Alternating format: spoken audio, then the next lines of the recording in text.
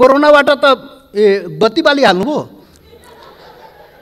अब कोरोनाबाट त यस्तो चाहिँ अब 1-2 मिनट नमस्कार, अलिकति समय मैले लिन्छु, धेरै लामो त होइन सभामुखज्यू। आज अलिकति सबैले अलि लिबरल नै हुनुभएको छ। यही हो लामो बजेट पर्ने, यहाँ अलिकति पनि नैतिकता नभएको सरकार। राज्यको चरित्र जस्तो छ त्यस्तै बजेट यो पनि। तपाईँ हामी सबैले दलित नाम राखिदिउँ न। बाबुराम भट्टराई कामी भन्ने किन नहुने? काम गर्ने मान्छे कामी भन्ने किन गर्वे नगर्ने? एउटा विश्वकर्मा लेखौँ, कामी लेखौँ, हामी सबैले थर बदलिदिउँ त। त्यसो भए बरु बराबर भइन्छ। रुकुममा भयो, यो त परिकल्पना गर्न पनि सकिँदैन। तपाईँले पोहोर साल 29% भन्नुभयो, हामीले हुँदैन 12-13 हुन्छ भन्यो। यहाँ बजेटमा भन्छ नीति कार्यक्रममा कोही चाहिँ भोकै हुँदैन र के अरे कोही भोकै रहँदैन र मर्नु चाहिँ पर्दैन। यहाँ मरिरहेको छ नि, नारा चाहिँ कागजमा लेखेर भाषण भइरहेछ। यहाँ भोकै खाना नपाएर मर्यो नि त। मोरङमा त सुत्किएर एउटा महिला त्यो चाहिँ खाना नपाएर बेहोस भई। कृषि, अब कृषि त भगवान आकाशबाट पानी पर्यो भने कृषि हुने न त नहुने, यस्तो हो। एउटा वन थियो हरियो वन, नेपालको धन, त्यो सखा सदस्य। मैले 2 मिनट अब सकिन लाग्यो, बस 1 मिनट। यहाँका मधेसी, थारू, दलित जबसम्म न्याय पाउँदैन, बराबरको अधिकार पाउँदैन, सम्मान पाउँदैन, पहुँच र प्रतिष्ठा पाउँदैन, एकल जातीय आधारमा गरिएको शासन, यसरी नेपाली जनताले दुख पाउने। सभामुख महोदय, उस्तै छ, हामी जहाँको त्यहीँ छौँ। हामी दौडिरहेको जस्तो लाग्छ, चक्र बस्नु जति घुम्यौँ ती घुमिराख्ने हो नि त। हामी घुमिरहेका छौँ त्यहीँ। बिस्तारै माथि जान्छ भन्ने चाहिँ सिद्धान्त हुन्छ। तर यो कोरोना महामारी जस्तोमा त्यस्तो नभइकन यो भी सेपको हुन्छ। र बालाई वृद्ध भत्ता किन चाहियो र अर्को सम्पत्ति घोषणा गरौँ। गरिबको घरमा कोही पाहुना आयो भने बुढाले भन्थे, बुढी ओछ्यानला त लाला भन्दाखेरि बुढीले भन्थिन् अरे दौरा आफू लाउने के को ओछ्यान लाउँ भन्थिन् अरे उनले। अलिकति पढे लेखा बाहुनु भने नि हामी जस्ता मान्छे श्रम गर्न हुन्न भनेर हामी बस्ने। 8 महिनाको समय हेर्दा त संयमित जस्तो लाग्यो, तर संशोधित अनुमान हेर्दाखेरि त संयम पनि साह्रै हो भन्ने खालको परिस्थिति देखेन मैले। त्यही ठाउँमा यहाँ बाटो बनाउँछु, यहाँ सडक, यहाँ पुल बनाउँछु, यहाँ सिँचाइको कार्यक्रम हुन्छ, यहाँ जलविद्युतको कार्यक्रम हुन्छ। तिनको उम्किने तङ्ग्रिने बाटो के हो? राष्ट्रिय अठोट निर्माण गर्न सक्नु पर्थ्यो।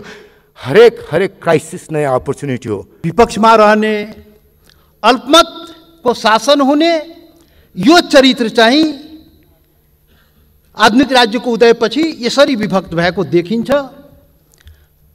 गणतन्त्र, लोकतन्त्र भए पनि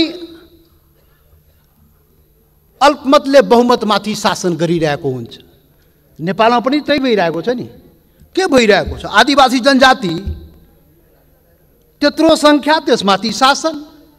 मधेसी त्यत्रो सङ्ख्या, त्यसमाथि शासन। दलित त्यत्रो सङ्ख्या, त्यसमाथि शासन। यही त भइरहेछ।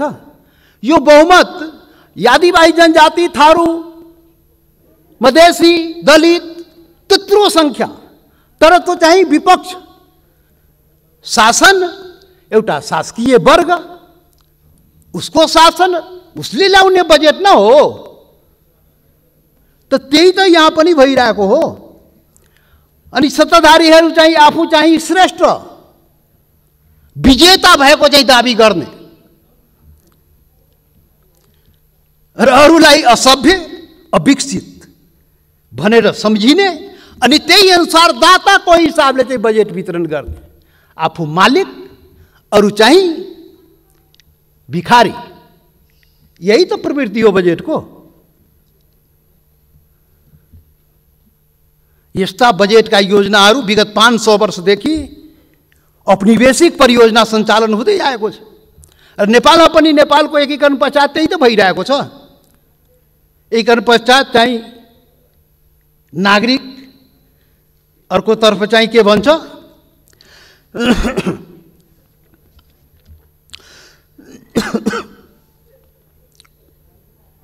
सामन्ती प्रथा। तो औपनिवेशिक राज्यहरूको बजेट बनाउँदाखेरि आफूलाई दाता र अरूलाई चाहिँ बक्सिस दिएको, बक्सिस चाहिँ प्रजालाई बक्सिस दिएको, नागरिक पनि नबुझ्ने त्यो हिसाब, त्यो मानसिकताले चाहिँ बजेट बनाउने गरेको छ। सभामुख महोदय, त्यसको शिकार नेपाल र नेपाली जनता पनि भइरहेको छ। अब यो चरित्र हो राज्यको, त्यही चरित्रको आधारमा यहाँ चाहिँ बजेटहरू निर्माण हुने गरेको छ। यो पनि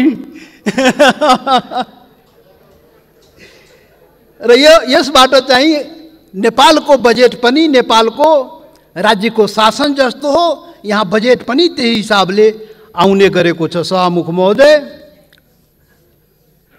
वास्तवमा भन्ने हो भने गणतन्त्रमा, लोकतन्त्रमा राज्य र नागरिक बीचको राजनीतिक रूपमा 5 आयाम हुन्छ। सभामुख महोदय, एउटा सम्बद्धता हुन्छ, एउटा वफादारी हुन्छ, एउटा मालकियत हुन्छ, एउटा सहभागिता हुन्छ, अनि एउटा सम्मान हुन्छ। अब मलाई बताउनुस्, यो 5वटा जुन आयाम हो, यो लोकतान्त्रिक गणतान्त्रिक अवस्थामा राज्य र नागरिकको बीचमा यो जुन 5 आयामको अवस्था नेपालमा कस्तो छ? के छ? नागरिकले राज्यबाट सम्मान पाएको छ, राज्यबाट सहभागिता, शासनमा सबै सहभागिता पाएको छ, मल्कियतको अनुभूति भएको छ सबैलाई, र राज्यले जनताप्रति वफादारी गरेको छ। यो सबै कुरा नागरिक र राज्यको बीचको जुन आयाम हो त्यो चाहिँ भइरहेको छैन। त्यसैले यो चाहिँ राज्यको चरित्र जस्तो छ त्यस्तै चाहिँ उसको गतिविधि हुन्छ। उसले नियम बनाउँछ, कानुन बनाउँछ, संविधान बनाउँछ, बजेट बनाउँछ, शासन गर्छ, व्यवहार गर्छ, र यही नेपालमा चाहिँ भइरहेको छ। यहाँ बहुसंख्यक जनता, आदिवासी जनजाति, मधेसी, थारू, दलित को संख्या तो चाहिँ पीडित भएर बस्नुपर्ने नेपालमा, र यहाँका शासक वर्गीय केही अल्पसंख्यक शासक भएर हामीलाई दान दिनुपर्ने। यो बजेट भनेको त्यही हो। के कमेन्ट गर्ने? के बजेटमा हामी विश्लेषण गर्ने हो? त्यसैले सभामुख महोदय, प्रत्येक वर्ष यस्तै चाहिँ यही चरित्रबाट बजेट जारी हुने हो। अहिले अब कोरोनाबाट भनौँ नि सभामुख महोदय, पुरै दुनिया नै आतंकके आक्रान्त छ। हाम्रो नेपाल, हामी नेपाली पनि के अरे त्यस्तो आक्रान्त भइरहेको अवस्थामा यो बजेट आयो। यो महामारीको सङ्कटमा जनताको स्वास्थ्यको रक्षाको कसरी गर्छु त्यो पनि पुरै ग्यारेन्टी छैन। अझै यो सङ्क्रमण बढ्यो भने यो देशले धान्न, यो बजेटले धान्न सक्छ कि सक्दैन? दृष्टि नै पुर्याएको छैन। अहिले तुरुन्त गर्नुपर्ने, अहिले इमिडिएट गर्नुपर्ने महामारी भएको बेला, लकडाउन भएको बेला के अरे जनताप्रतिको दायित्व त्यो त निर्वाह गरिरहेको छैन। अनि के बजेट बेकारमा 3 घण्टा वाचन गरेर बजेट, 2 महिना लकडाउन भइसक्यो, मर्नु न बाँच्नु दोधारमा जनता चाहिँ अहिले चाहिँ भइरहेको छ। त्यसैले के भन्ने? यो अवस्था छ सभामुख महोदय। यहाँ बजेटमा भन्छ, नीति कार्यक्रममा कोही चाहिँ भोकै हुँदैन र के अरे कोही भोकै रहँदैन र मर्नु चाहिँ पर्दैन। यहाँ मरिरहेको छ नि नारा चाहिँ कागजमा लेखेर भाषण भइरहेछ। यहाँ सभामुख महोदय, दुनियाँले थाहा छ नि, यहाँ त मर्यो नि त, भोकै खान नपाएर मर्यो नि त। सप्तरीको तोमलर सदा मुसहर मर्यो, भोकै भोकै मर्यो, राज्यलाई कानमा पुगेन सभामुख महोदय। यहाँ कोही भोकै मर्दैन भन्छ, त्यहाँ आफ्नो नागरिक मरिरहेको छ। धादिङको कीर्तिपुरमा बस्ने त्यो चाहिँ सूर्यबहादुर तामाङ त भोकै मर्यो त, खोइ त मर्दैन रे, मरिरहेको छ नि त। धनुषाको तो वीरेन्द्र यादव तो जटही तो नाकामा भोकै भोकै मरिहाल्यो नि। यही हो लामो लामो बजेट पर्ने। यहाँ अलिकति पनि नैतिकता नभएको सरकार, जनता त दिनदारे मरिरहेको छ, यहाँ भाषण गरिरहेको छ, मर्न दिँदैन रे। यही हो, यो हुँदैन सभामुख महोदय। मोरङमा त सुत्किएर एउटा महिला त्यो चाहिँ खाना नपाएर बेहोस भई यस्तो हो। अनि भन्छ भाषण गर्छ संहितालाई बलियो पार्छु। अरे के बलियो पार्छु? संहितालाई सखा पार्ने काम तिमी गरिरहेको, संहितालाई कमजोर पार्ने काम गरिरहेको तिमीले। सारा बजेट चाहिँ केन्द्रमा राख्ने अनि संहिता बलियो हुने रे। यस्तो पनि हुन्छ दुनियाँमा। 89%, 89 मतलब कति कति 79 भन्छ, 79%, 89% बजेट केन्द्रमा राखेको छ अनि संहिता बलियो हुन्छ। 4% चाहिँ प्रदेशले पाएको भयो। अब 7% चाहिँ त्यो प्रान्त के अरे स्थानीय, अनि संहिता बलियो पार्ने रे। काम कुरो एकातिर कुम्लो बोकी त्यही त, चाहिने नचाहिने। अहिले कार्यान्वयन पनि गर्छै गर्दैन। बजेट घटाएछु सङ्ख्या के अरे रकम घटाएको छु भनेर भन्दै थियो। 14 खरब 74 अरब 60 करोडको बजेट ल्याए रे। अनि पैसा कहाँबाट ल्याउने रे? त 9 अरब राजस्वबाट ल्याउने। अनि बा कहाँबाट ल्याउने? भिखमङ्गी गरेर ल्याउने रे। अनि यस्तो पनि बजेट हो। 5 खरब चाहिँ 9 अरब आफ्नो स्रोतबाट जुटाउने, 5 अरब कहाँबाट? के यस्ता बजेट त्यो पनि हुन्छ कारण कि हुँदैन? कोही कुनै। सभामुख महोदय, अब यो कोरोनाबाट त बत्ती बालिहाल्नुभयो। अब कोरोनाबाट त यस्तो चाहिँ अब 1-2 मिनट मात्रै हो। अब त्यो जनता, अब त लाखौँ जनता त नेपालमा त आफ्नो त मातृभूमि फर्किनु पर्यो नि। अब कोही कहिले फर्काउनु ठेकान छैन, तर जनता आफ्नो हिसाबले पनि त आउने नै हो नि त जनता लाखौँ आफ्नो भूमिमा आइरहेको छ। उसलाई रोजगारी बेरोजगारी के हो त? खोइ त भाषण गरेछ केही कार्यक्रम छैन। अनि त्यो आफ्नो भूमिमा फर्केपछि के गर्ने? खान पाएन भने के हुन्छ? यहाँ लुटपाट आतंक, यसैको लागि सरकार बस्या हो। सभामुख महोदय, अनि कृषि, अब कृषि त भगवान आकाशबाट पानी पर्यो भने कृषि हुने, न त नहुने। यस्तो हो। अनि त्यो मधेसको त्यो कृषिवाला जमिन त सब त्यो भइसक्यो, मरुभूमि हुन लागिसक्यो। चुरो खोइ संरक्षण भएको त? चुरे विनाश, अनि कृषि पनि सखाप। अनि जनता के गरी बाँच्ने होला? खोइ कुनी। अनि समृद्धिको लागि वन, एउटा वन थियो हरियो वन नेपालको धन, त्यो सखाप। त्यो राजमार्ग बनाउनु पर्ने त्यो मधेसमा, त्यत्रो खाली जमिन, त्यो हुलाकी सडक थियो राजमार्ग बनाउनु पर्ने। यो नस्लीय चिन्तन सोच त पुरै जङ्गलै साफ गरिदियो। पुरै जङ्गल काटनै गरे, त्यहाँ राजमार्ग बनाइदियो। पहाडबाट 30 लाख मान्छे लगाएर बसाइदियो। यही हो राष्ट्रवाद भनेको नेपालको। यही खोखला राष्ट्रवाद यही हो। यसरी देश चल्ने हो सभामुख महोदय।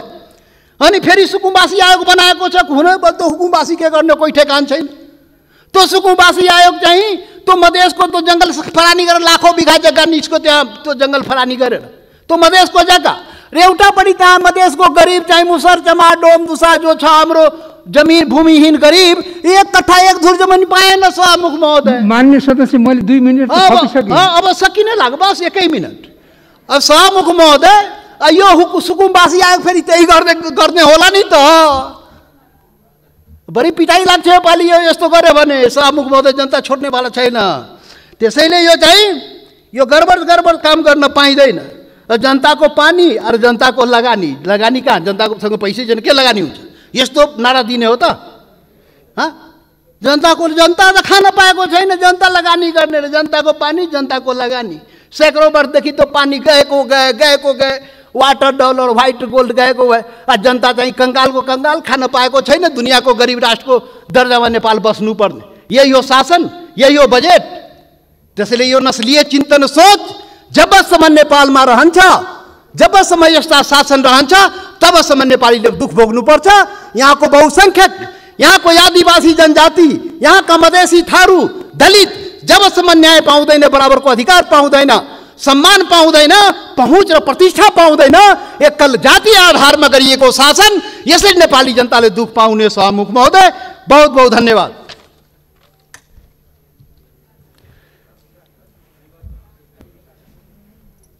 माननीय डाक्टर बाबुराम भट्टराई, यसपछि माननीय दुर्गा पौडेल।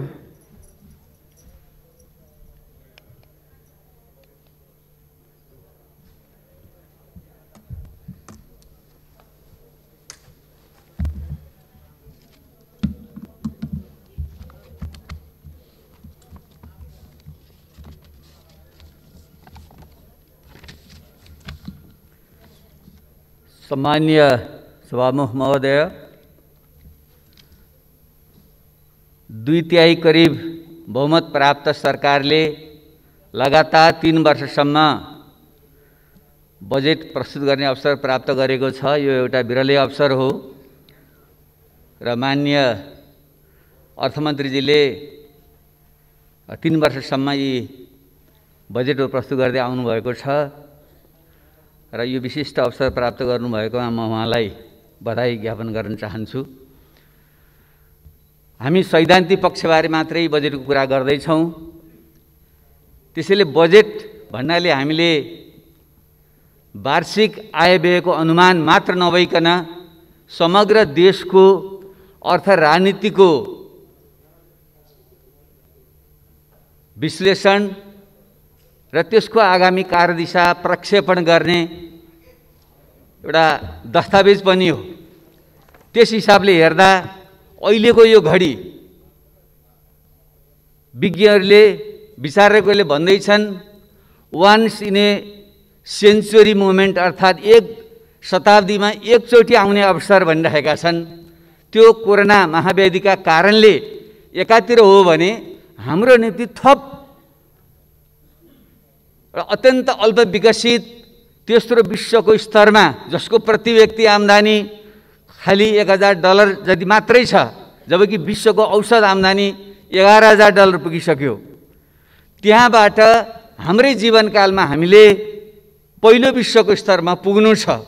यी दुईटा ठुला चुनौती सामना गर्ने बजेट त्यो ढङ्गले आयो कि आएन, हामीले मूल्याङ्कन गर्ने सायद त्यो ढङ्गले नै हुनुपर्छ।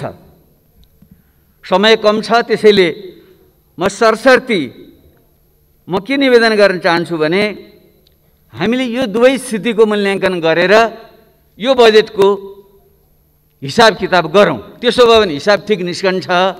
नत्र सत्ता पक्षले जे आयो ठिकै छ भन्ने, प्रतिपक्षले सोलो डोला हाचिमले विरोध गर्ने गऱ्यौँ भने आत्मतुष्टि त मिल्ला, तर देशको जुन समस्या हो यसको समाधान गरेर हामीले निकास दिन सक्दैनौँ। त्यसैले यो विश्वको कोरोना महाव्याधिको जुन सङ्कट छ त्यसलाई हामी सबैले एकरूपतामा बुझौँ। विज्ञहरूले भनिरहेका छन् विश्वको जुन अर्थतन्त्र हो जीडीपीको हिसाबले करिब $85.8 ट्रिलियन को जुन विश्व अर्थतन्त्र छ त्यसको 10% खुम्चिएर $9 ट्रिलियन अर्थतन्त्र खुम्चिन्छ भन्ने प्रक्षेपण छ। अहिले विश्वभरमा 81% श्रमिकहरू आफ्नो श्रम पूर्ण अथवा आधा रूपमा गुमाइरहेका छन्।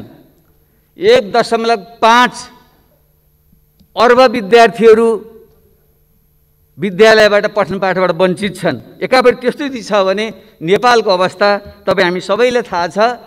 एसियामै सबभन्दा बढी क्षति हाम्रो अर्थतन्त्र हुँदैछ भन्ने हालसालै प्रक्षेपण एडिबीले गरेको छ। 13.6% हाम्रो अर्थतन्त्र खुम्चिन्छ।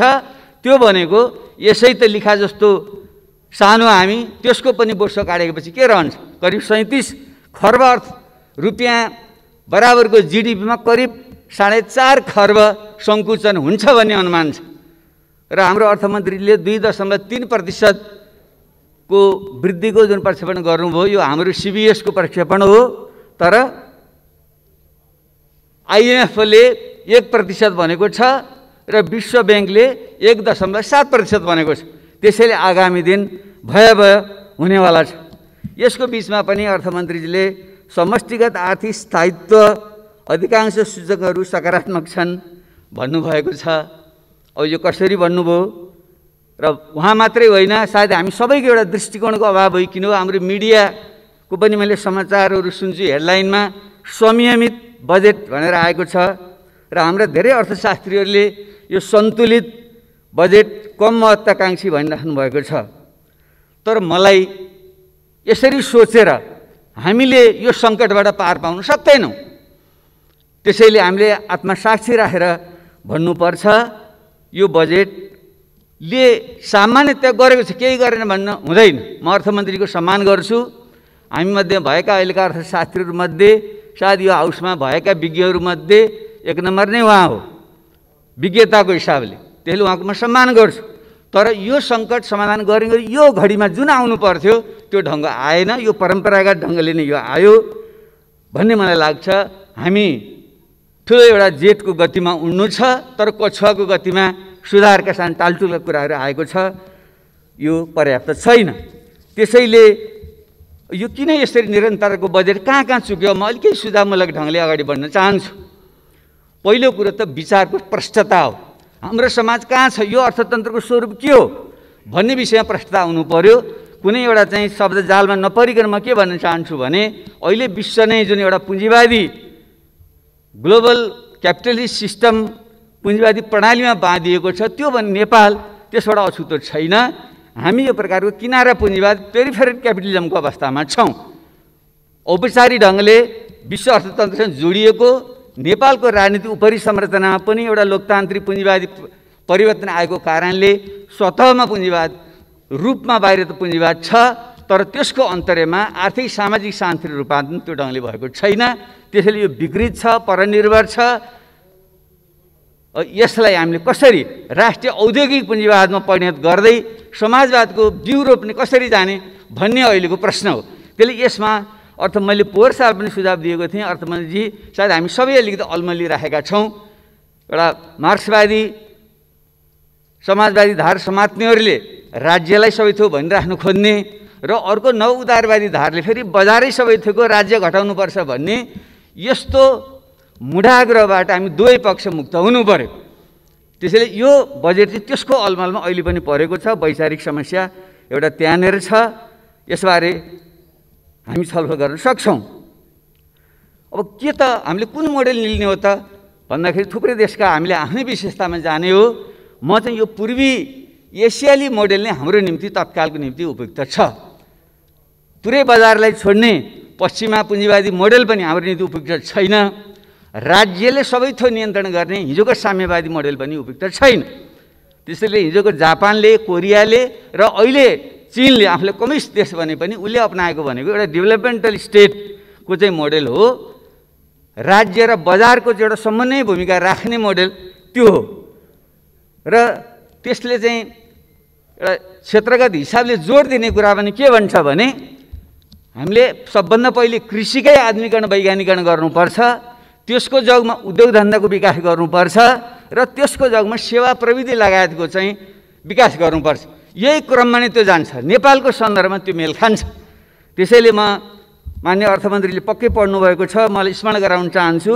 जो स्टुडवेलले लेखेको प्रसिद्ध पुस्तक छ, करिब 6-7 वर्ष पुरानो हो, how Asia works, success and failure in the world most dynamic region भन्ने पुस्तक मलाई अत्यन्त सामयिक लाग्छ। यो सन्दर्भ सामग्री बनोस् भन्ने म आग्रह गर्न चाहन्छु। अब यो अरू अर्थमा कसरी परम्परावादी छ, समस्या कहाँ छ भन्दा तपाईँहरू राजस्व जुन हामीले चाहिँ व्ययको निम्ति खर्च आफ्नो आम्दानीको स्रोतको जुन मूल्याङ्कन गर्छौँ त्यो हेर्नुभयो भने विगत 20-25 वर्ष यतामा खासै तात्विक अन्तर छैन। हाम्रो चाहिँ राजस्वको मुख्य स्रोत अहिले पनि आयात व्यापारमुखी छ। त्यसको भ्याट, अन्तःशुल्क, भन्सार कर जोड्दाखेरि करिब 43% त्यसबाट अनुमान गरिएको छ। पोहोर पनि त्यति नै थियो। र अर्को विदेशी ऋण, स्वदेशी ऋण र अनुदानबाट हामीले पोहोर साल पनि करिब 30%, अहिले करिब 35% अनुमान गरेका छौँ। यी दुईटा जोड्नु हो भने 70-75% त हाम्रो यस्तो बाह्य व्यापार अथवा ऋण अनुदान स्वयंमा हामी आश्रित छौँ। र आन्तरिक हाम्रो राजस्वको बडा अचम्म लाग्यो तपाईँहरूलाई, मैले कोट्याएर हेरेँ, जो हामीले मद्यपान धुम्रपान गर्छौँ त्यसमा जुन शुल्क लगाउँछौँ त्यो शुल्कले हाम्रो पोहोर साल 44%, अहिले 5% राजस्व दिएर छ। यसरी जम्मा 80% हामी कि त विदेशी व्यापारमा, कि विदेशीको सहयोगमा, कि त चुरोट र रक्सी बेचेर त्यसबाट आएको आम्दानी 80% हाम्रो आम्दानी भएपछि त्यसले बन्ने अर्थतन्त्र के होला भने योमा परिवर्तन आएन। अब खर्चको स्थिति के छ भनेर हामीले हेऱ्यौँ भने त्यो पनि 20-25 वर्षदेखि यता करिब उस्तै आउँछ। गत वर्ष र अहिलेको तुलना गर्दा साथीले हेरिसक्नुभयो होला मान्यज्यूहरूले, साधारण खर्च पोहोर 62% थियो, अहिले बढेर 64.4 भएको छ। विकास खर्च पोहोर 26 दशमलव समथिङ थियो, अहिले 23.something भएको छ, झरेको छ। र ऋण भुक्तानी पोहोर करिब 11% थियो, अहिले 12% छ। उस्तै छ, हामी जहाँको त्यहीँ छौँ। हामी दौडिरहेको जस्तो लाग्छ, चक्र बस्नु जति घुम्यौँ त्यहीँ घुमिराख्ने हो नि त, हामी घुमिरहेका छौँ त्यहीँ। अब हामी वित्तीय संहितामा गइसक्यौँ, हामीले तल बलियो पार्नुपर्ने। अहिले पनि के छ, अहिले पनि माथि नै छ हाम्रो वित्तीय। हेर्नुभयो भने यो 3 वर्षको अर्थमन्त्रीले जुन पेश गर्नुभएको छ, पहिलो वर्ष सङ्घमा 77 प्रदेश 77%, दोस्रो वर्ष 80% र अहिले 75% सङ्घमा राख्नु भएको छ। प्रदेशमा पहिलो वर्ष 23%, दोस्रो वर्ष 20% र अहिले अलिकति बढेर त्यो 25% भएको छ। भने पनि सारमा अहिले पनि त 75%भन्दा बढी केन्द्रमा राखेर कसरी हुन्छ? कमसेकम त्यसलाई हामीले 20%, 50% केन्द्रमा राखौँ, सङ्घमा राखौँ, 20% प्रदेशमा पठाइदिउँ, 30% स्थानीय तह पठाउँ। त्यसो भए पो तल बलियो होला भन्ने मलाई लाग्छ। र जुन अरू विवरणहरू छन्, मन्त्रालयहरूका पुरानै थुप्रै कार्यक्रमहरू दोहोरिएर आएका छन्, त्यसैले यो पुरानकै निरन्तरता हो। अब गत वर्षको र अहिलेको स्थितिमा आएको चाहिँ कोभिड-19 मुख्य समस्या भएको हुनाले स्वास्थ्य क्षेत्रमा जीवनको प्रश्न भएको, बाँच्न पाउने अधिकार नै प्रमुख चिज भएको हुनाले त्यसमा फोकस हुनु पर्थ्यो। सैद्धान्तिक रूपमा त्यो भएको छ, भएन म भन्दिनँ। तर त्यसको समाधान के त भन्नेको राम्रो योजना बनिएको छ। केन्द्रमा हस्पिटल, प्रदेशका हस्पिटल, स्थानीय तहको बनिएको राम्रै छ। तर के त्यही अनुसार हामीले बजेट विनियोजन गऱ्यौँ त भनेर हेर्दा स्वास्थ्य क्षेत्रको बजेट विनियोजन गत वर्ष 4.84% थियो, 68.78%। यो वर्ष 90 अरब भएको छ, त्यो भनेको 6.1% हो। जबकि स्वास्थ्य क्षेत्रमा कमसेकम 10% लगानी गर्नुपर्छ भन्ने मान्यता छ। हामी त्यसको आधा पनि पुगिरहेका छैनौँ। भने यसले कसरी समस्या समाधान गर्ला सोच्न सक्नुपर्छ। र यसमा मलाई लाग्छ अरू कुराको अतिरिक्त हामीले आँट गरेर भन्नै पर्छ, हामी कुनै वैचारिक पिँजडा नबसिकन स्वास्थ्य भनेको सामाजिक दायित्वको क्षेत्र हो, राज्यको दायित्वको क्षेत्र हो। त्यसैले यसको दायित्व राज्यले लिनुपर्छ र निजी स्वास्थ्य जस्तो क्षेत्रमा व्यापार गरिनु हुँदैन। कसैले ठुला अस्पताल खोल्छन्, खोलुन्, तर त्यो व्यापारिक ढङ्गले हुनु हुँदैन। र एउटा विशुद्ध परोपकारी ढङ्गले गर्छ भने ठिक छ, व्यापारको निम्ति स्वास्थ्य जस्तो क्षेत्र छोड्नु हुँदैन। यसमा हामीले हस्तक्षेप गर्नै पर्छ। त्यसले यो हुनुपर्थ्यो, भएन भन्ने मलाई लाग्छ। र अर्को दोस्रो, यस्तो सङ्कटको बेलामा सबैले खोजेको चाहिँ फेरि राहत र तत्कालीन राहत। जसले चाहिँ रोजगारी गुमाएका छन्, जसले खानपान पाएका छन्, त्यसको विषय प्रमुख कुरा हो। र यसमा चाहिँ अर्थतन्त्र जुन ध्वंस भएको छ, यो कसरी उठाउने भन्ने विषयमा विभिन्न सिद्धान्तहरू छन्। एउटा चाहिँ परम्परागत रूपमा आर्थिक सङ्कट आयो भने त्यो चाहिँ एल सेपले जान्छ अरे। एल जस्तो भएर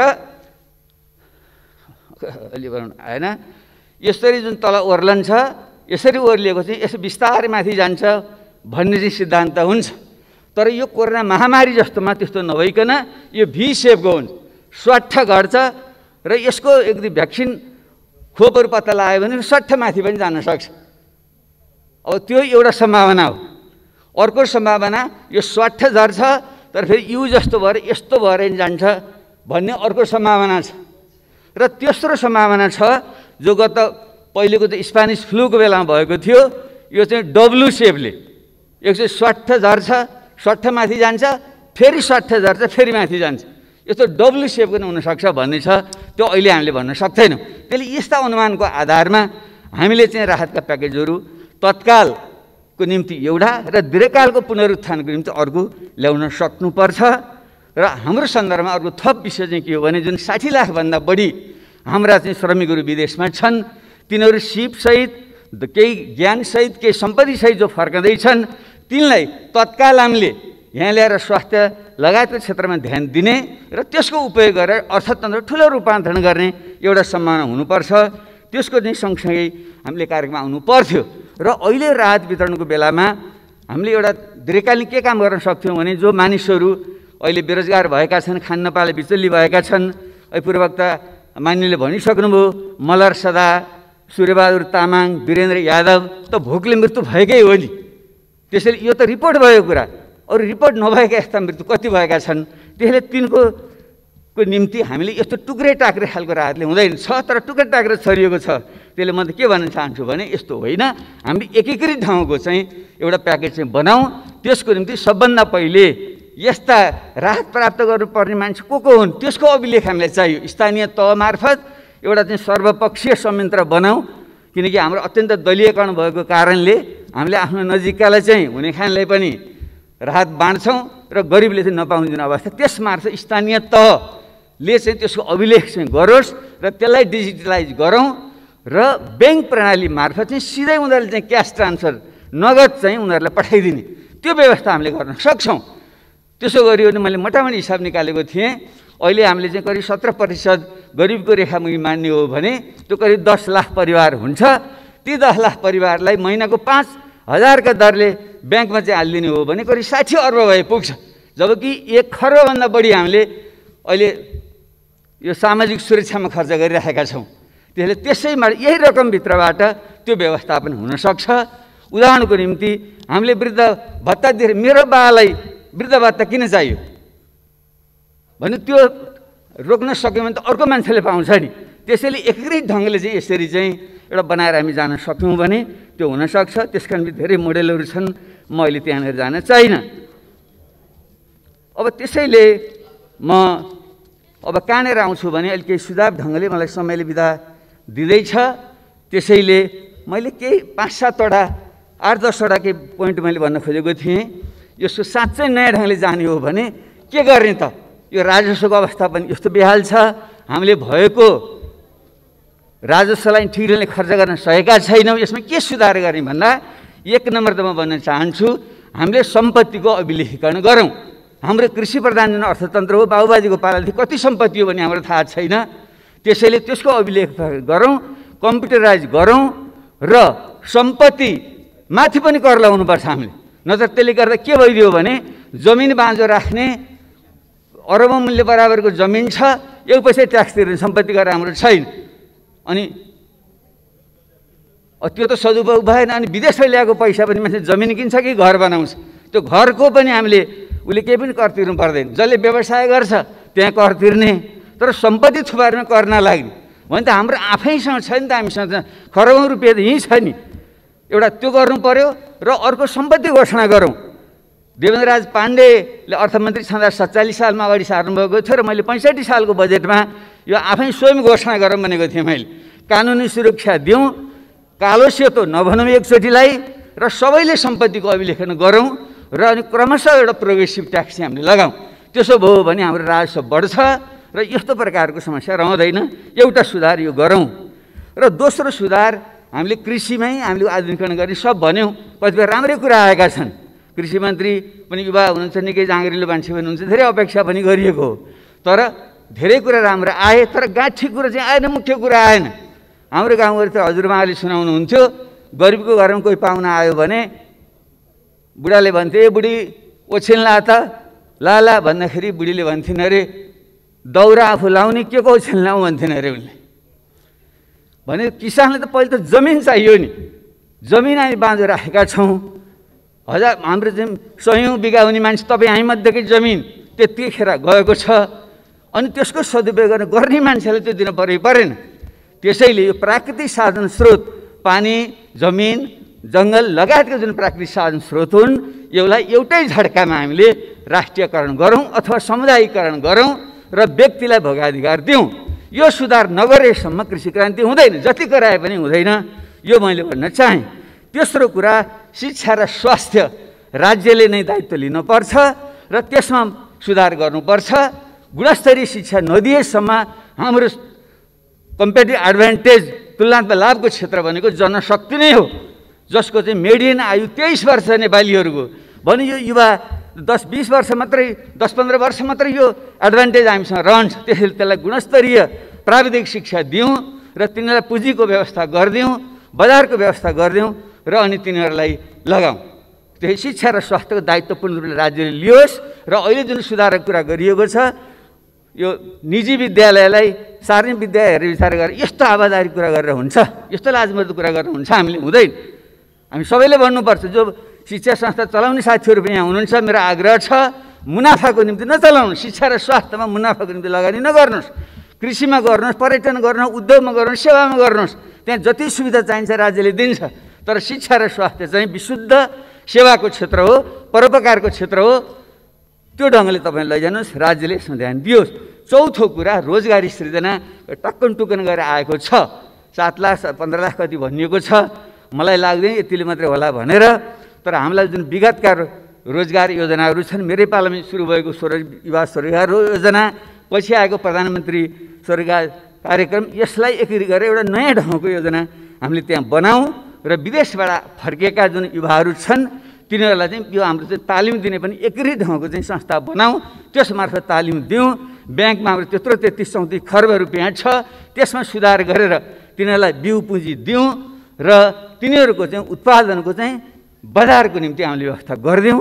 त्यसको निम्ति सुरक्षा दिनैपर्छ। केही सानसानो कुरा यहाँ आएको छ, त्योभन्दा पनि के भन्न चाहन्छु भने भारतसँगको जुन व्यापार सन्धि छ त्यसमा जुन पारस्परिकताको कुरा गरिएको छ, हामीले उहाँहरूसँग कुरा गरेर हाम्रो जस्तो कमजोर देशले पारस्परिक रूपमा प्रतिस्पर्धा गर्न सक्दैन, गएर पारस्परिकताको आधारमा हामीलाई सुविधा दिनुपर्छ भन्ने कुरा राखौँ र अन्य पनि WTOले दिएका जुन सुविधा छन् त्यसो हुन सक्यो भने हाम्रो बजारको सुरक्षा हुन्छ र युवाहरू चाहिँ एउटा स्वरोजगारीमा लाग्छन्। त्यो बाटो हो, नत्र यो जागिर खाने तरिकाले हुँदैन।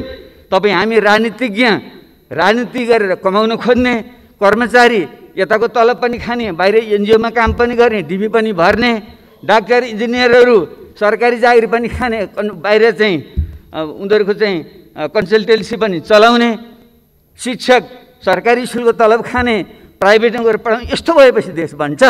त्यसैले यसमा चाहिँ हामीले छनौट गरेर यही ठाउँमा छान्नुहोस्, तपाईँले सरकारी सेवा गर्ने हो कि तपाईँ हामीले राजनीति गर्ने हो, व्यापार गर्ने हो, यसरी सुरु गरौँ र हामी राजनीतिबाट नै एउटा बाटो हामीले देखाउँ। यसो हुन सक्यो भने देशमा रोजगारी सृजना हुन्छ, औद्योगिकरण आउँछ, त्यसले साना र मध्यम व्यवसायहरू फस्टाउँछन् अनि उद्योग धन्दाहरू विदेशी लगानी पनि नल्याइकन हुँदैन।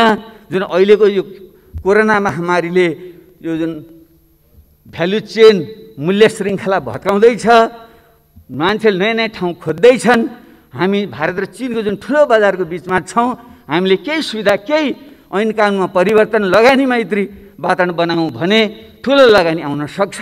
त्यसलाई पनि हामीले ध्यान दिउँ। म यो 5औं कुरा मैले भन्न चाहेँ। र 6औं कुरा, यो आधारभूत केही ठुला पूर्वाधार पनि हाम्रो अत्यन्तै भद्रगोल ढङ्गको भयो। त्यसले अहिले यही वर्ष सबै गर्न नसकिएला, तर केही पूर्वाधार निजी क्षेत्रले माग गर्ने भनेको पूर्वाधारमा लगानी गरेर भन्ने हो। तर यो बढी भयो बजेट भन्न हुँदैन, बजेट कम हो यो। ठिक छ, यसलाई कसरी बढाउनु सोचौँ, म सुझाव दिँदैछु मैले। तर पूर्वाधार, बाटो, बिजुली, पानी लगायतका चाहिँ सञ्चार लगायतको पूर्वाधार नभइकन यो देशभित्रको निजी क्षेत्र नि फस्टाउँदैन, बाहिरको पनि आउँदैन। त्यसैले यसको एउटा मास्टर प्लानै हामीले बनाऊँ र केन्द्रले एउटा गाइडलाइन दियोस् र प्रदेश र स्थानीय तहले आफ्नो विशेषतामा त्यहाँका भौतिक पूर्वाधारहरू विकास गरौँ। त्यसो भने हुन्छ। र काठमाडौँ उपत्यका जस्तो काठमाडौँ, ललितपुर, भक्तपुर, कीर्तिपुर, ठिमी लगायत यस्तो सांस्कृतिक सम्पदा भएको ठाउँ हामीले बर्बाद गर्दैछौँ। त्यसले अब यहाँ काठमाडौँमा फेरि नयाँ सहर बसाल्ने होइन, हामीले फास्ट ट्र्याक बरु छिटो बनाऊँ र त्यसको भयो भने कन्जेक्सन चाहिँ उता हेटुँडा उतापट्टि सर्छ। यहाँ जुन 4वटा सहर बनाउने भन्ने कुरा छ त्यो गर्नु भएन। यो खोकना बुङमतीका केही साथीहरूले आएर अस्ति मलाई एउटा चाहिँ जानकारी दिएर जानुभयो र त्यहाँ चाहिँ फास्ट ट्र्याक पनि त्यहीँबाट सुरु हुने, बागमती करिडोर त्यहीँबाट सुरु हुने, बाह्य चक्रपथ त्यहीँबाट सुरु हुने, 132 केबी लाइन त्यहीँबाट जाने, स्मार्ट सिटी त्यहीँ बनाउने भएपछि बुङमती जस्तो चाहिँ एउटा ऐतिहासिक ठाउँ त्यहाँ के हुन्छ। त्यसैले यसलाई चाहिँ हामीले यो विकास र संरक्षणको चाहिँ एउटा सन्तुलन मिलाउँ। काठमाडौँमा अब बढी सहर बसाल्ने काम हामीले चाहिँ नगरौँ। यो ढङ्गले चाहिँ हामी जाउँ, पूर्वाधारमा यसरी ध्यान पुगोस् भन्ने म आग्रह गर्न चाहन्छु। र त्यसपछि अर्को एकीकृत सामाजिक सुरक्षा प्रणालीकै कुरा हो, मैले भनिसकेँ। यो नोबेल पुरस्कार विजेता दम्पति जो बनर्जी र डुफ्लोले एउटा मोडेल तयार गर्नुभएको छ। उहाँले UBI भन्नुहुन्छ, युनिभर्सल अल्ट्रा बेसिक इन्कम। एउटा युनिभर्सल बेसिक इन्कम सबैलाई आधारभूत आम्दानी दिने भने त विकसित देश फिनल्यान्ड लगायतमा आएको छ। तर हाम्रो जस्तो देशमा त्यसलाई सुधार गरेर जो न्यूनतम जीविकाको निम्ति आवश्यक हुन्छ त्यसको हिसाब गरेर त्यो चाहिँ हामी सबैलाई ब्याङ्क च्यानलमा दिने व्यवस्था चाहिँ हामीले गरौँ। त्यसो नगरेसम्म यो टुक्रा टाक्री बाँडेर हुँदैन। पाउनु पर्ने पाइरहेको छैन। खास गरी दलित, महिला, जनजाति, मुस्लिम, अरू जति जुन गरिबीको रेखामुनि जुन बढी छन्, श्रमिकहरू, साना किसानहरू, तिनले त्यो पाउन सक्दैनन्। र मुख्य रूपमा हामीले चाहिँ यो चाहिँ यसको सुधारहरू गर्दा एउटा सुधार हामीले गर्नुपर्ने क्षेत्र भनेको यो हाम्रो जुन जातपात प्रथा छ, पछि दलित भनेर हेप्ने वर्गीकरण गर्ने जुन वर्णाश्रम प्रथा छ, त्यो भएसम्म सामाजिक न्याय पनि हुँदैन। र वर्णाश्रम व्यवस्थालाई हामीले नफेरेसम्म हाम्रो चाहिँ श्रम गर्ने संस्कार पनि आउँदैन। अलिकति पढे लेखा बाहुन भने नि हामी जस्ता मान्छे श्रम गर्न हुन्न भनेर हामी बस्ने, उपदेश दिएर हामी बस्ने। क्षेत्रीहरू कुनै बेला लडाइँ लड्थे होलान्, राज्य विस्तारमा अहिले त्यो काम छैन, उनीहरू पनि लडाइँ भन्ने अर्कोले गरेर खाएर बस्ने। अब जुन वैश्यहरू भनेको बन्द व्यापार त थोरै मान्छेले गर्छ, हिजो थोरै थियो र बन्द व्यापार गर्छ, सबैले बन्द व्यापार गरे पनि पुग्दैन, त्यो वैश्य भनेर पनि पुग्दैन। अनि जो गरियो, श्रम गरियो, सिप भएको हो, त्यसलाई चाहिँ दलित भनेर अनि हेपेपछि अनि विकास हुन्छ। त्यसले मेरो त एउटा प्रस्ताव छ। दलित शब्द प्रयोग न अरू के गरौँ भन्नुहुन्थ्यो साथीहरूले, विवाद भयो। मेरो त एउटा प्रस्ताव यो छलफलकै निम्ति तपाईँ हामी सबैले दलित नाम राखिदिउँ न।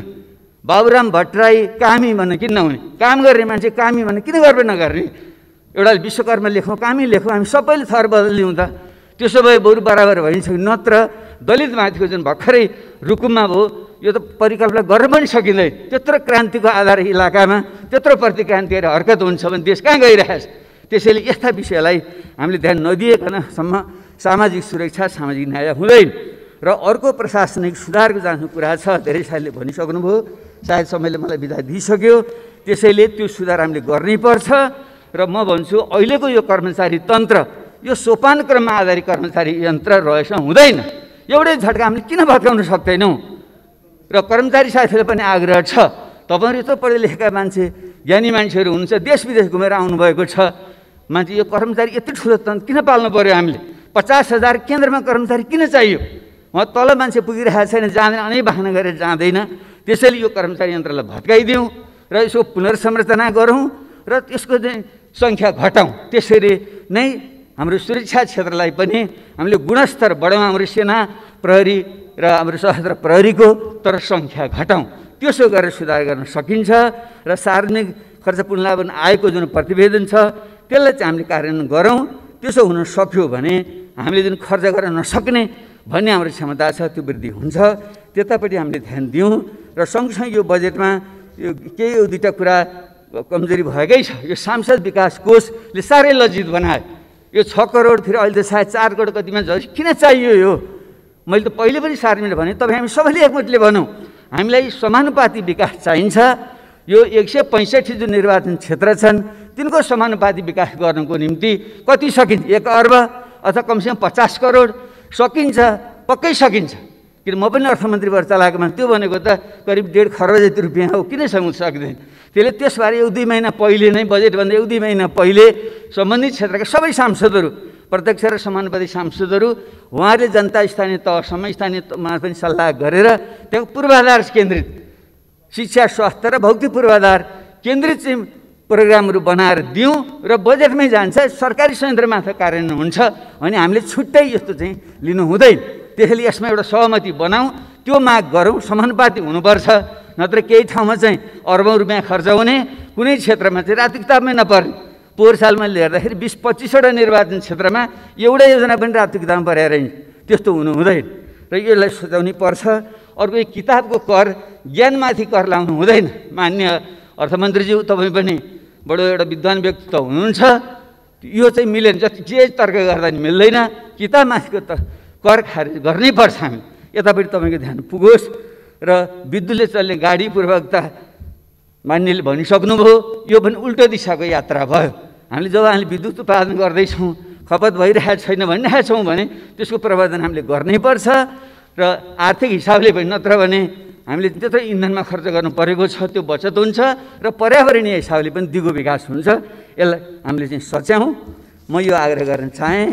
र अब म अन्त्यमा यो संहिताको विषय जो अत्यन्त मार्मिक ढङ्गले पूर्ववक्ता मान्यले राख्नुभयो, यसमा हामीले गम्भीरतापूर्वक लिनै पर्छ। हामी संहिता त्यत्तिकै गएको होइन, जनताको रगत पसिनाबाट संहिता आएको हो र देशको आवश्यकताले ल्याएको। यो देशको जुन जातीय क्षेत्रीय विविधता छ त्यसलाई सम्बोधन गर्न, जुन असमान विकास छ त्यसलाई सम्बोधन गर्न आएको हो। त्यसैले यसलाई गम्भीर ढङ्गले कारण गरौँ। यसका अपूर्णताहरू छन्, त्यो अपूर्णताहरूलाई संविधान संशोधन गरेर हामीले चाहिँ पुरा गरौँ। र सँगसँगै म एउटा कुरा फेरि पनि मैले पटक पटक भनेको छु, स्वास्थ्य उसमा परेको छ नि त बजेटमा, तर पूर्णता भएन। हामीले यस्तो गर्नु भएन। शान्ति सम्झौता भएको 14 वर्ष भइसक्यो, अहिलेसम्म पनि त्यो फेरि गरिने छ। प्रत्येक वर्ष आउने जस्तो त्यो नबनाउँ। हामीले त्यो टिआरसी र बेपत्ता सम्बन्धी आयोगको काम टुङ्गो लगाएर तिनीहरूको पनि समस्या हामीले चाहिँ हल गरौँ। र अन्त्यमा म हाम्रो परराष्ट्र मन्त्रीजीलाई मैले देखिरहेको छैन। हाम्रो देशको साँच्चै नै विकास गर्ने हो भने अब हामीले भारत र चीन बिचको जुन हाम्रो अवस्थिति छ, चीनको पहिलो अर्थतन्त्र हुँदैछ, भारत तेस्रो अर्थतन्त्र हुँदै, यसको बिचमा रहेर हाम्रो भूराजनीतिलाई सन्तुलन गर्न नसकेसम्म हुँदैन। एकापट्टि हाम्रो भौगोलिक अखण्डता, सार्वभौमसत्ता, स्वाधीनताको रक्षा गर्नु छ। यो भूखण्डकै सबभन्दा पुरानो राज्य हुनाले त्यसमा हाम्रो गर्व छ, नेपालीत्वमाथि हामी सबै गर्व छ। तर यसलाई चाहिँ हामीले साँच्चै रक्षा गर्ने हो भने एउटा त यो भूराजनीतिको सन्तुलन मिलाउने स्पष्ट नीति हामीले एउटा बनाऊँ। र यसको निम्ति म फेरि पनि एउटा उदाहरण, एउटा रेफरेन्स मैले दिन चाहन्छु। आजै मैले पढेँ यो ज्यारेड डायमन्डको किताब अपहिभल भन्ने उनले लेखेका छन्। र त्यस upheaval how nations cope with crisis in change भनेर 7वटा देशहरू, America, Japan, Germany, Finland, Chile, Australia लगायतका देशहरूले कसरी आफ्नो सङ्कटबाट पार गरेर आफ्नो देशलाई अगाडि बढाए भनेका छन्। तीमध्ये फिनल्यान्ड जस्तो अमेरिकाको यो रुसको चाहिँ पुरै अर्ध उपनिवेश जस्तो भएर बस्यो। दोस्रो विश्वयुद्धमा को ताका त्यति बेला स्टालिनले झन्डै त्यसलाई खाइसकेका थिए। त्यति बेला जुन बुद्धि पुर्याएर तिनीहरूले स्टालिनसँग पनि एउटा राम्रो सम्बन्ध राखेर, पश्चिमाहरूसँग राम्रो सम्बन्ध राखेर जसरी आफ्नो स्वाधीनताको रक्षा गरे, त्यो मोडेल हाम्रो अत्यन्तै काम लाग्ने मैले देखिरहेको छु। त्यसैले यो ढङ्गले जाउँ। अहिले हाम्रो जुन लिपुले, कालापानी लगायतको क्षेत्रको सुगौली सन्धिले हामीले दिएको हाम्रो भूभाग हो, त्यसमा कुनै विवाद छैन। आमा र मातृभूमि प्रतिको लोयल्टी नहुने मान्छे हुँदैन। त्यसैले त्यसमाथि हामीले शङ्का गर्नु हुँदैन। हाम्रा एउटै आमाका सन्तान मध्ये कोहीले आमालाई बढी माया गर्छ, म चाहिँ बढी गर्छु, भाइ बहिनीले गर्दैनन् भन्न मैले ठाने भने बुझ्नुपर्छ मेरो नियत खराब छ। मैले अंश बन्नमा हेराफेरी गर्दैछु। त्यस्तै एउटै देशका विभिन्न जाति समुदायमध्ये एउटा देशभक्त अर्को देशद्रोही भन्न थाल्यौँ भने त्यहाँ बुझ्नुपर्छ। त्यहाँ पनि राष्ट्रिय भागभण्डाको कुरा, उसको अधिकारको भागभण्डा, पहिचानको भागभण्डाको कुरामा झेल हुँदैछ भनेर हामीले बुझ्नुपर्छ। हामी सबै देशभक्त हौँ। त्यसैले यस्तो विषयमा हामीले साझा सहमति बनाएर जुन नक्सा जारी भएको छ त्यो पहिले हुनुपर्थ्यो, ढिलै भए पनि भयो। अब त्यसको बारे हामीले हाम्रो चाहिँ जो संविधान संशोधन गरेर यसलाई वैधानिकता दिँदैछौँ, त्यसलाई हामी सबैले सर्वसम्मतिले पारित गर्ने वातावरण बनाऊँ। त्यसको निम्ति सबैको विश्वास लिउँ। खास गरी हाम्रो सीमा रक्षा गरेर बस्ने हाम्रा मधेसी थारू, दक्षिणका पूर्वका हाम्रा राई लिम्बूहरू, पश्चिमका खस, उत्तरका हाम्रा भोटे लामाहरू, उहाँहरू सबैलाई सम्मान दिएर उहाँको समेत सहभागितामा यो संविधान संशोधन गरेर पूर्णता दिउँ। त्यसो भने दिगो शान्ति हुन्छ। यिनै शब्दका साथ म यहाँलाई आग्रह गर्न चाहन्छु, अब यो कमिलाको अथवा कछुवाको गतिले हुँदैन।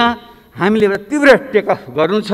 तपाईँ हामीले सबैले थाहा छ, हवाईजहाज उड्दाखेरि जब सुरुमा गुण छ 240देखि 285 किलोमिटर प्रति घन्टाको वेगमा कुदेपछि मात्रै त्यहाँ टेकअफ हुन्छ, उडान भर्छ। त्यसले हाम्रो अर्थतन्त्रलाई पनि त्यसै नै उडान भर्ने हो भने हामीले साहस गर्नै पर्छ। हाम्रो शास्त्रमा पनि भनिएको छ, प्रारब्धते नखलु विघ्न भएन निचै, प्रारब्ध विघ्न विहता विरमन्ति मध्य, विघ्नै पुनः पुनरपि प्रतिहन्यमाना, प्रारब्ध उत्तम जना न परित्यजन्ती। अर्थात् जो सामान्य मान्छे हो ऊ चाहिँ विघ्न बाधाको डरले कामै सुरु गर्दैन। जो मध्यम खालको मान्छे हो ऊ चाहिँ अलिकति काम सुरु गर्छ, विघ्न बाधा आएपछि छोडिदिन्छ। तर जो उत्तम मान्छे हो जतिसुकै विघ्न बाधा आउँदा पनि त्यसलाई पूर्णतामा पुर्याएर छोड्छ। त्यसैले आज हामीलाई त्यस्तो साहस, त्यस्तो सोच चाहिएको छ। र सत्य सोही कुरा गर्दा आक्षेप आउँछ, गालीगलौज हुन्छ, तर त्यसबाट डराउनु हुँदैन। प्लेटोले भनेका थिए, no one is more hated than you who speak the truth. त्यो मान्छे जति गालीगलौजहरू कसैले पनि खाँदैन जसले सत्य वचन बोल्छ। सत्य बोल्ने, सत्य काम गर्ने हिम्मत गरौँ, देश बन्छ। धन्यवाद। माननीय श्री मृणेन्द्र प्रसाद रिजाल, मान्यज्यूको समय 10 मिनट रहेको छ र यसपछि मान्य श्री प्रमोद शाह।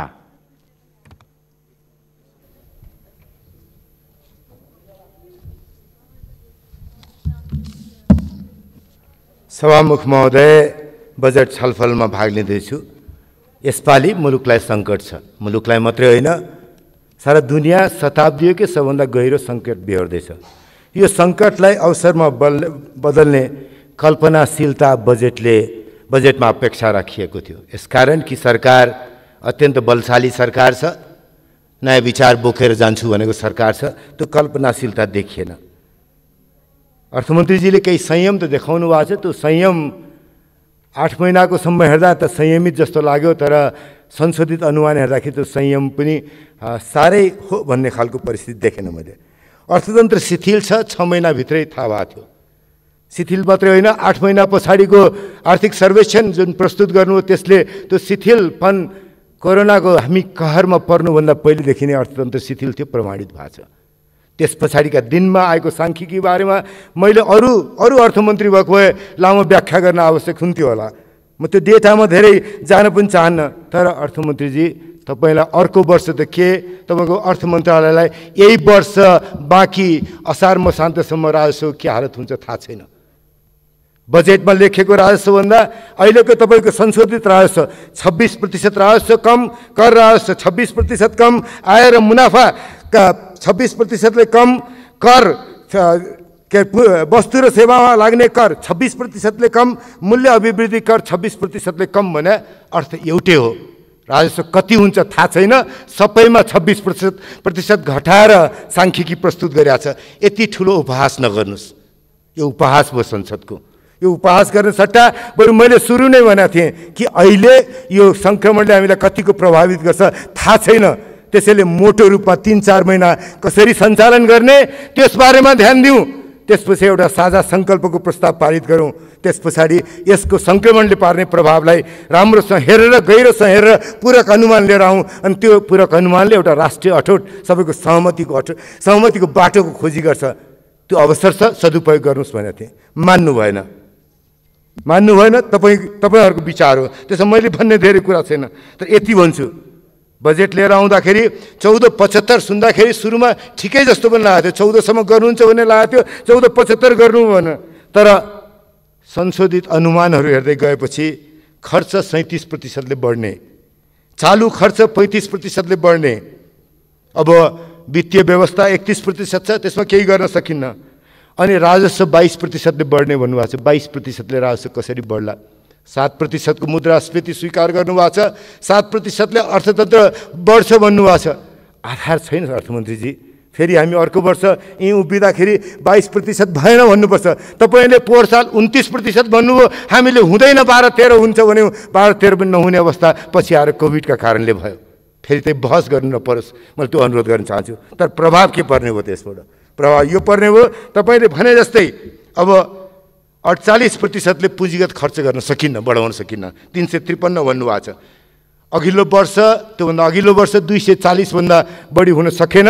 बरु 3 थरको निर्वाचन गर्ने सरकारले 271 अर्ब पुँजीगत खर्च गरिरहेको थियो, त्यो छेउ पनि अहिलेसम्म पुग्नु भएको छैन। 353 बनाउँछु भन्दा त खालि सबै खर्चको 24% पुँजीगत खर्च पनि गर्छु भन्ने एउटा लाज जोगाउने काम मात्रै भयो, त्योभन्दा बढी हुन सकेन। अब यो खर्चका लागि पनि स्रोत व्यवस्थापन गर्ने बाटो कहाँ त भन्दा, अर्थमन्त्रीजी तपाईँले पहिलाको बाटो 300 अर्ब वैदेशिक ऋण ल्याउँछु भन्नुभयो, योपालि 121 छ। 121बाट 2.5 गुणा बढी ल्याउँछु भन्दाखेरि विदेशी ऋण त्यसै जादु भएर हुने थिएन।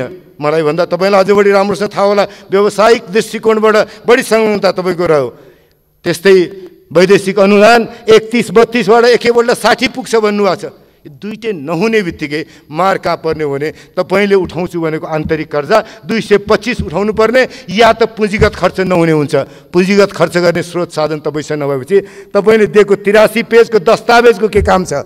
83 पेजको दस्तावेजमा 2/3 ठाउँमा यहाँ बाटो बनाउँछु, यहाँ सडक, यहाँ पुल बनाउँछु, यहाँ सिँचाइको कार्यक्रम हुन्छ, यहाँ जलविद्युतको कार्यक्रम हुन्छ भन्नुभयो। ती सबै काम गर्ने पैसा तपाईँसँग कहाँ छ? सरकारसँग पैसा कहाँ छ? त्यसैले काम नलाग्ने निरर्थक 83 पेजको दस्तावेजमा छलफल गर्ने बाध्यता संसदका लागि सृजना गर्नु योभन्दा लज्जाजनक कुरा केही पनि हुँदैन। अर्थमन्त्रीजी, मैले आशा गरेका थिएँ तपाईँले त्यसरी पुँजीगत खर्चका लागि स्रोत साधन नपुग्ने गरी बजेट प्रस्तुत गर्नुहोला भन्ने मलाई लागेको थिएन। त्यति मात्रै होइन, अब आन्तरिक ऋण तपाईँले त्यति उठाउने भनेपछि प्रतिस्पर्धा कहाँ हुने भयो त? निजी क्षेत्रलाई जाने कर्जासँग प्रतिस्पर्धा हुने भयो। निजी क्षेत्रलाई जाने कर्जासँग प्रतिस्पर्धा गर्नु भने यसरी करोनाले थलिएको अर्थतन्त्रमा तिनको उम्किने तङ्ग्रिने बाटो के हो? अलि हिँडेपछि चाहिँ सहयोग गरौँला भन्नुभएको छ तपाईँले, त्यो हिँड्नलाई पाउने बाटो छैन। हिँड्ने उपाय हुने ठाउँमा पनि तपाईँले पहिले नै ऋण आफै लिनुहुन्छ। अब स्थानीय तहलाई मैले पैसा घटाइन भन्नु छ, सशर्त स्थानीय तहलाई जाने अनुदान बाहेक अरू बाँकी त सबै घट्यो नि, अरू बाँकी त सबै घट्यो नि। अहिले स्थानीय तहलाई योभन्दा बढाउनु पर्थ्यो। हाम्रो अनुभवले स्थानीय तहले मात्रै काम गर्न सक्छ। अहिले तल उद्धारका लागि, राहत बाँड्ने कामका लागि स्थानीय तहभन्दा भरोसामन्द अर्को ठाउँ भएन। अहिले अवसर थियो संघीयतालाई बलियो बनाउने, गहिरो बनाउने र तिनको क्षमता अभिवृद्धि गर्ने। त्यो बाटोतर्फ बजेटले ध्यान पुर्याएन, त्यसले पनि चिन्ता लागेको छ। सभामुख महोदय, उनको क्षमता कम छ। प्रदेशको पुँजीगत खर्च अलि अगाडि 13% थियो, स्थानीयको 23% थियो। अहिले पनि त्यो क्षमता बढाउनका लागि बजेटले बाटो निकालेको छैन। संघीयताप्रति असाध्यै ठुलो प्रतिबद्धता छ भन्ने यहाँ कुरा, प्रतिबद्धता पुरा हुने खालको मैले देखिनँ, क्षमा गर्नुहोला। अब हाम्रो ऋण अहिलेसम्म यो वर्ष 315 अर्ब, अर्को वर्ष 524 थप्छु भन्नुभएको छ। फागुनसम्म 1154 खर्ब 40 अर्ब ऋण थियो। त्यो ऋण बढेर 2 वर्षको यो थपिँदाखेरि त हामी झन्डै 16-17 अर्ब खर्बको के अरे ऋणमा बस्छौँ। अनि हरेक वर्ष 100 अर्ब माने 1 खर्ब त हामीले ऋणको किस्ता मात्रै तिर्न पर्ने हुन्छ। 1 खर्ब ऋणको किस्ता तिरेर कसरी अर्थतन्त्र तङ्ग्रिन्छ? मलाई लाग्दैन अर्थतन्त्र तङ्ग्रिन्छ भनेर। अघि नै कुरा भयो कि अर्थतन्त्र अब तङ्ग्रिने क्रममा W को, V को, U को, म केमा विश्वास गर्छु भने WVU होइन, यो रेजा मार्ग जस्तो सुस भन्छ, नाइकीको चिन्ह छ नि, त्यस्तो रेजा मार्गबाट कति लामो त्यो पुछार हुन्छ, कति माथि चाँडै बढ्छ, कति लामो समय लिन्छ, जसलाई सुस भनिन्छ। सुसको आकारबाट मात्रै अर्थतन्त्र तङ्ग्रिला भन्ने कुरा छ। त्यतातर्फ त्यसलाई चाँडै मासतिर जाने, धेरै लामो समय नलिने बाटोमा कसरी जान सकिन्छ भनेर सोध्नुपर्ने थियो। त्यसका लागि स्वास्थ्यको बजेट वृद्धि गराएको छु भन्नुभएको छ। स्वास्थ्यको बजेट 22-23 अर्ब बढाएर, तपाईँ सीमा मैले बुझ्छु, 22-23 अर्ब बढाएर पुग्न सक्ने हामीसँग धेरै ठुलो ठाउँ छैन। अर्थमन्त्रीजी, 6 अर्ब रुपियाँ परीक्षणका लागि खर्च हुन्छ। 6 लाख मान्छेको परीक्षण गर्ने भन्नुभएको छ। 6 लाख मान्छेको परीक्षण गर्ने बित्तिकै त्यो लोजिस्टिक क्यापासिटी हामीसँग छ। लोजिस्टिक क्यापासिटी भन्दा अस्ति जसरी चलखेल भयो स्वास्थ्यको बारेमा, उपकरणको बारेमा, त्यही चलखेल होला भन्ने चिन्ता छ। त्यो चलखेलबाट जोगाएर परीक्षण गर्न सक्नुपर्ने हुन्छ। परीक्षण आफैमा कुनै समाधान होइन। परीक्षण गरेका मान्छेलाई सुरक्षित रूपले घर परिवारका बिचमा राख्न सकिन्छ सकिन्न, त्यो महत्त्वपूर्ण हो। परीक्षण गरेपछि रोग लागेको छ भने त्यसलाई आफ्नो घरसम्म पुर्याउनलाई, सुरक्षित रूपमा पुर्याउने, अर्कालाई नफैलिने गरी पुर्याउनको लागि के गर्न सकिन्छ? हाम्रो विप्रेसन खुम्चिँदैछ। हाम्रो खर्चयोग्य आम्दानीको एउटा मूल आधार, एउटा 25% बढी त्यो आधार छ, त्यो खुम्चिँदैछ। वैदेशिक सञ्चितमा प्रभाव पर्छ, राजस्व घट्दैछ। यसकारण अलिकति समय मैले लिन्छु, धेरै लामो त होइन सभामुखज्यू, आज अलिकति सबैले अलि लिबरल नै हुनुभएको छ। राजस्व प्रभावित हुन्छ, किनभने आयातमा आधारित राजस्वमा आयात कम हुन्छ। निकै कम भएपछि यो यतातर्फ झन्डै 100 अरबको तलमाथि पर्ला कि भन्ने चिन्ता छ। निजी क्षेत्रको प्रतिस्पर्धाले अघि नै भने मैले, स्वास्थ्यमा हामीले तत्काल गर्न सक्ने कामहरूमा पनि हामीसँग लोजिस्टिक क्यापासिटी छैन। अनि भोलिका दिनमा कसरी गर्छु थाहा छैन। एकपल्ट गहिरो भएर सोच्ने बेला छ, कसरी सुधारको काम गर्ने, स्वास्थ्यको, शिक्षाको, आपूर्ति व्यवस्थाको, अनि पर्यटन व्यवसाय जो लामो समयसम्म तङ्ग्रिन गाह्रो छ, त्यो व्यवसायका लागि कुनै खास ठोस कार्यक्रम अहिले आउन सकेन। अरू व्यवसायहरू खुद्रा व्यापार होला अथवा के भन्दाखेरि अरू आपूर्ति व्यवस्थाको होला अथवा वित्तीय क्षेत्रमा त्यसमा लिएर आएका कार्यक्रमले पनि अर्थतन्त्रलाई तङ्ग्र्याउने खासै उपाय देखिएन। अब अगाडि जाने क्रममा मैले यति भन्छु, अघि ज्यारेड डायमन्डको अपहिवलको कुरा आयो। ज्यारेड डायमन्डको अपहिवलको फिनल्यान्डको पाटोमा 25-30 पेज लेखिया होला। फिनल्यान्डलाई साँच्चै राम्रो अर्थमा हेर्ने भने from little Dutchy to modern state हेऱ्यो भने निकै मोटै किताब छ। तर फिनल्यान्ड र नेपालमा फरक के छ भने फिनल्यान्डसँग सोभियत युनियन र रसा मात्रै छ छिमेकमा, हामी भारत र चीन दुईटैको छिमेकमा छौँ। त्यसैले त्यति कल्पनाशीलताले पुग्दैन। तर ज्यारेड डायमन्ड किताब म पनि रेकमेन्ड गर्छु, सबैलाई पढ्नुहोस्, त्यसबाट एउटा हाम्रा लागि सोच्ने बाटो दिन्छ भने। अर्थमन्त्रीजी तपाईँ राजनीतिको प्रतिबद्धता तपाईँ दृढ छ, पुरानो छ, तर व्यावसायिक जीवनबाट आउनुभयो।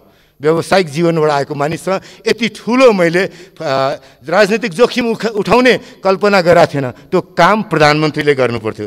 प्रधानमन्त्रीले फराकिलो दृष्टिकोण प्रस्तुत गर्न सक्नुपर्थ्यो, त्यो नेतृत्व गर्न सक्नुपर्थ्यो, एउटा राष्ट्रिय अठोट निर्माण गर्न सक्नुपर्थ्यो।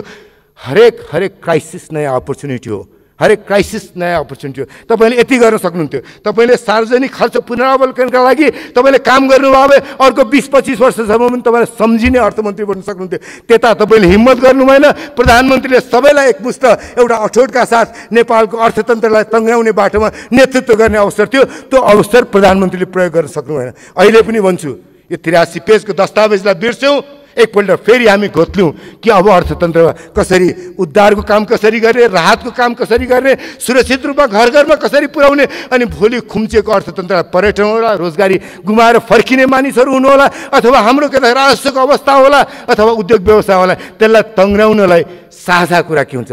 आउने 1 वर्ष जसरी भूकम्प पछाडि हामीले साझा प्रतिबद्धता साथ संविधान बनायौँ, त्यसैले आउने 1 वर्ष साझा प्रतिबद्धता, साझा प्रतिबद्धता र साझा अठोटबाट कसरी अर्थतन्त्र बनाउन सक्छौँ त्यता सोच्नुभयो भने अहिले पनि क्राइसिसलाई हामीले अपर्च्युनिटीमा रूपान्तरण गर्न सक्छौँ। होइन भने अर्थमन्त्रीजी अर्को वर्ष यहाँ आउँदाखेरि अझ कठिनाइपूर्ण स्थितिमा तपाईँ आउनुहुन्छ, आउनुहोस् भन्ने शुभकामना छ। धन्यवाद।